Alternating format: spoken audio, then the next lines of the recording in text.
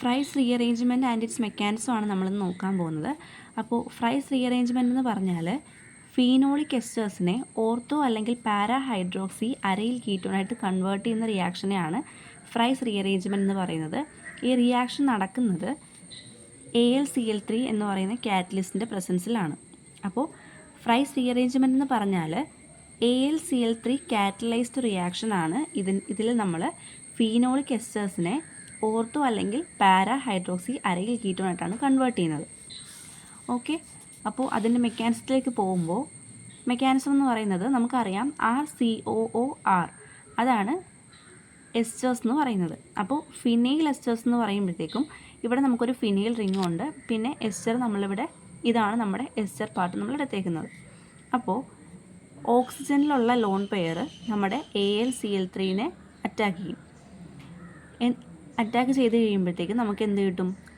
ഓക്സിജനിലുള്ള loan പെയറാണ് AlCl3നെ attack ചെയ്തത്. അപ്പം ഈ ലോൺ പെയർ നഷ്ടപ്പെട്ടത് കൊണ്ട് നമ്മുടെ ഓക്സിജന് പോസിറ്റീവ് ചാർജ് വരും. AlCl3 ഇവിടെ വന്ന് അറ്റാച്ച് ചെയ്യും. AlCl3 ഈ ലോൺ പെയറിനെ അക്സെപ്റ്റ് ചെയ്തതുകൊണ്ട് അതിന് നെഗറ്റീവ് ചാർജ് വരും. ഓക്കെ, ഇനി ഇവിടെ നമ്മുടെ ഓക്സിജന് പോസിറ്റീവ് ചാർജാണുള്ളത്. അപ്പോൾ ഓക്സിജന് പോസിറ്റീവ് ചാർജ് എന്ന് പറയുമ്പോൾ അത് സ്റ്റേബിൾ അല്ല. സോ സ്റ്റേബിൾ ആകാനായിട്ട് അടുത്ത ബോണ്ട് ഈ ഓക്സിജൻ്റെ പോസിറ്റീവ് ചാർജ് മാറാനായിട്ട് അങ്ങോട്ട് ഷിഫ്റ്റ് ചെയ്യുന്നു. നമ്മുടെ ഈ ബോണ്ട് ഇങ്ങോട്ട് ഷിഫ്റ്റ് ചെയ്യുന്നു. ഓക്കെ, ഈ ബോണ്ട് ഇങ്ങോട്ട് ഷിഫ്റ്റ് ചെയ്യുന്നു, ഈ ബോണ്ട് ഇങ്ങോട്ട് ഷിഫ്റ്റ് ചെയ്യുന്നു. അപ്പോൾ നമുക്ക് കിട്ടുന്ന പ്രോഡക്റ്റ് എന്ന് പറയുന്നത് നമുക്ക് ഈ ഒരു ബോണ്ടാണ് ബ്രേക്ക് ചെയ്തിട്ട് ഇത് അറ്റാച്ച് ചെയ്തേക്കുന്നത്. സോ ഇവിടെ അറ്റാച്ച് ചെയ്യും, ഇവിടെ ഒരു ഹൈഡ്രജൻ ഉണ്ട്, പിന്നെ ഈ ബോണ്ട് ഇവിടെ ബ്രേക്ക് ചെയ്തിട്ടാണ് നമുക്ക് ഇത് വന്ന് ഈ എസ്റ്റർ പാർട്ടിവിടെ നിന്ന് അറ്റാച്ച് ചെയ്തേക്കുന്നത്. സോ നമ്മളിവിടെ കാർബണിൻ്റെ വാലൻസ് നോക്കുകയാണെങ്കിൽ ദാ ഇവിടെ കാർബണിൽ 1 2 3 4 ഇവിടെ കുഴപ്പമില്ല, 4 വാലൻസി ഉണ്ട്. പക്ഷേ in the case of this carbon ഇവിടെ 1 2 3 ഓക്കെ 3 വാലൻസിയാണുള്ളത്. സോ 3 വാലൻസി ഉണ്ടാകുമ്പോഴത്തേക്കും ഇവിടെ എന്താണ്, കാർബണിൻ്റെ വാലൻസി കംപ്ലീറ്റ് അല്ലാത്തതുകൊണ്ട് നമുക്കിവിടെ ഒരു പോസിറ്റീവ് ചാർജ് വരും. അപ്പോൾ ഈ റിങ്ങിൻ്റെ ഉള്ളിലൊരു പോസിറ്റീവ് ചാർജ് വന്നു കഴിഞ്ഞാൽ അത് അൺസ്റ്റേബിൾ കോമ്പൗണ്ടാണ്. സോ അത് റീഅറേഞ്ച്മെൻറ്റ് നടക്കും. ഓക്കെ, അപ്പോൾ ഇവിടെ നമുക്കൊരു ഹൈഡ്രജൻ, ഇവിടെ ഉണ്ടായിരുന്ന ഹൈഡ്രജൻ ഇവിടെ ഉണ്ട്. അപ്പോൾ ഈ ഹൈഡ്രജൻ്റെ ബോണ്ട് പെയർ ഇങ്ങോട്ട് വരും. അപ്പോൾ എന്ത് സംഭവിക്കും? ഇവിടെ നിന്നൊരു ഹൈഡ്രജൻ ലീവ് ചെയ്യുമ്പോൾ നമുക്ക് എന്ത് കിട്ടും?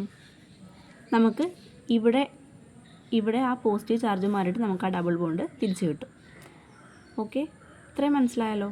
ഇനി ഇവിടെ AlCl3 മൈനസ് ആയിട്ടാണ് നിൽക്കുന്നത്. അപ്പം ഇതിൽ നിന്ന് നമുക്കൊരു Cl മൈനസ് പോവും. അത് Cl മൈനസ് എലിമിനേറ്റ് ചെയ്ത് കഴിയുമ്പോൾ നമുക്ക് ബാക്കി എന്തുണ്ട്? AlCl2. AlCl3 മൈനസ് ആയിരുന്നു, അതിൽ നിന്ന് ഒരു Cl മൈനസ് പോയപ്പോഴേക്ക് നമുക്ക് AlCl2 എന്ന് കിട്ടി.